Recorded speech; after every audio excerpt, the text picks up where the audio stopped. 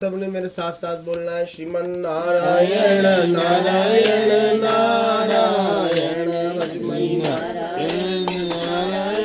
नारायण सत्यनारायण नारायण नारायण। पापी पाप तू करने से थोड़ा सा तो डर, पापी पाप तू करने से थोड़ा सा तो डर, तेरे कर्मों की सब उसको खबर, तेरे बोलो श्रीमन नारायण भगवान की जय, बोलो सतगुरुदेव महाराज की जय। दूसरा अध्याय। सूत जी बोले कि हर ऋषियों में और भी एक कथा कहता हूँ जिन्होंने सबसे पहले इस व्रत को किया था, उसका इतिहास कहता हूँ, ध्यान से श्रवण करो। सुंदर काशीपुरी नगरी में एक निर्धन ब्राह्मण रहता था। निर्धन ब्राह्मण रहता था और वह भूख और प्यास से विचलित पृथ्वी पर दर दर घूमता था। ब्राह्मणों से प्रेम भाव रखने वाले श्री भगवान ने ब्राह्मण को दुखी देखकर एक बूढ़े ब्राह्मण का रूप धारण किया और उसके पास जाकर आदर के साथ पूछा कि इस पृथ्वी पर क्यों घूमते हो श्रेष्ठ ब्राह्मण, सब मुझसे कहो, मैं सुनना चाहता हूँ। ब्राह्मण बोला, मैं एक निर्धन ब्राह्मण हूँ, भिक्षा मांगने के लिए पृथ्वी पर फिरता हूँ। है भगवान,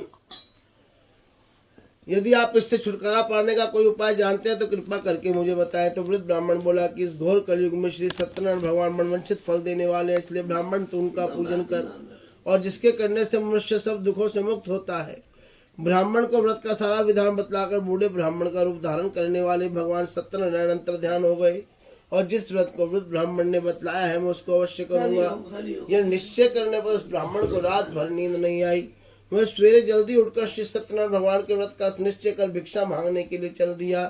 तो उस दिन उसको भिक्षा में बहुत धन मिला, जिससे बंधु बांधवों के साथ उसने भगवान श्री सत्यनारायण का व्रत किया और इसके करने से ब्राह्मण सब दुखों से छूटकर अनेक प्रकार की संपत्तियों से युक्त हुआ और उस समय से ब्राह्मण हर महीने हर मास व्रत करने लगा। इस तरह श्री सत्यनारायण भगवान के व्रत को जो शास्त्र विधि के अनुसार श्रद्धा पूर्वक करेगा वह सब पापों से छोड़कर मोक्ष को प्राप्त करेगा।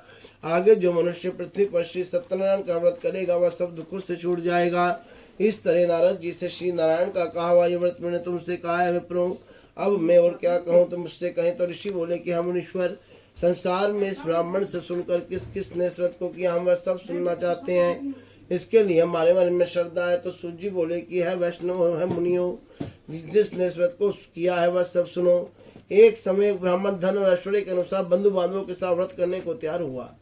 उसी समय एक लकड़ी बेचने वाला बूढ़ा आदमी आया, लकड़ियों को बाहर रखकर ब्राह्मण के मकान में गया। प्यास से दुखी लकड़हारा उनको व्रत करते देखकर ब्राह्मण को नमस्कार कर कहने लगा कि आप ये क्या कर रहे हैं, इसके करने से क्या फल मिलता है, कृपा करके मुझसे कहो।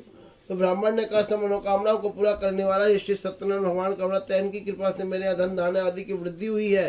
ब्राह्मण से इस व्रत के बारे में जानकर लकड़हारा बहुत प्रसन्न हुआ। चरणामृत ले प्रसाद खाने के बाद अपने घर को गया। लकड़हारे ने अपने मन में इस प्रकार का संकल्प किया कि आज शाम में लकड़ी बेचने से धन मिलेगा उसी से भगवान सत्यनारायण देव का उत्तम व्रत करूंगा।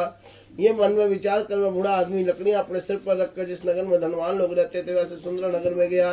तो उस रोज वहां पर उसे उन लकड़ियों का दाम पहले दिनों से भी चौगुना मिला। तब वह बूढ़ा लकड़हारा दाम ले अति प्रसन्न होकर पके केले की फली, शक्कर, घी, दूध, दही और गेहूं का चूर्ण इत्यादि श्री सत्यनारायण भगवान के व्रत की कुल सामग्रियों को लेकर अपने घर गया। फिर उसने अपने भाइयों को बुलाकर, बंधुओं को बुलाकर विधि विधान के साथ भगवान श्री सत्यनारायण जी का पूजन किया, व्रत किया और उस व्रत के प्रभाव से बूढ़ा लकड़हारा धन पुत्र आदि से युक्त हुआ और संसार के समस्त सुख भोग कर अंत में वैकुंठ धाम को चला गया। इति श्री सत्यनारायण कथायां द्वितीय अध्याय संपूर्णम। सत्यनारायण भगवान।